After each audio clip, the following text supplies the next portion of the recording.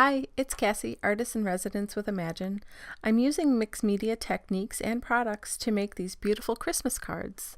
So I just gathered some of my Christmas supplies and ephemera, and I'm starting with this plaid stencil for the background, and I'm going to use flexible modeling paste. I'm using this because it needs to be opaque for this technique. The paste does when it dries. So I'm putting it all over that stencil, and then when I'm done, I'm going to leave that stencil on the paper, and then I'm going to spray with firework spray and with the irresistible colored texture spray in 2 different shades of green. Now here I'm not drying it all the way, just maybe 30 seconds to let it set a little bit. And then I take the stencil, flip it over, put it on clean paper, and sort of pat it down so it's not rubbing and smearing. And there, look at that. Boom. You have 2 different beautiful backgrounds ready to go. Sometimes I do that when I am not sure what I want to work on, but I want to be creative. I'll just make backgrounds and use that technique, because then you have lots of backgrounds to use later on when you're ready to make a project. So it's really fun to do. You can do a lot of different variations of it, and of course different stencils and colors, and you can have a lot of fun with it. So next I am working on one of the cards, adding some ephemera, adding some cardstock, and that gold ribbon again. I keep or thread, I guess. I keep going back to that. And this I just sprayed with the walnut ink spray in Java, so it's a nice rich brown. Looks really beautiful and sort of vintage. And then of course most of my mixed media projects have some splatter in the background somewhere. So here I'm using the Pico embellisher in black and in gold. And that black, man, I use that so often because it just adds a little bit of contrast and just shiny dots all over your background. I really love it.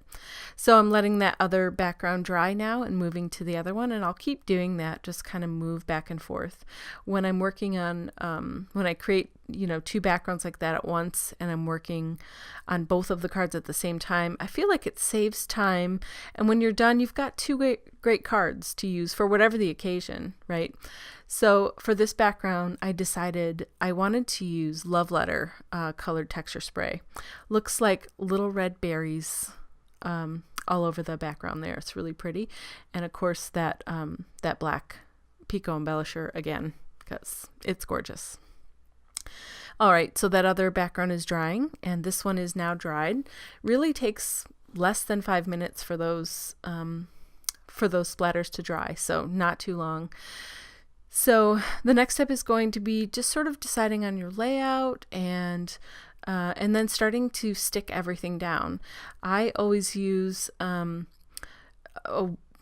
sort of a wet medium here. You could use, there's lots of different choices.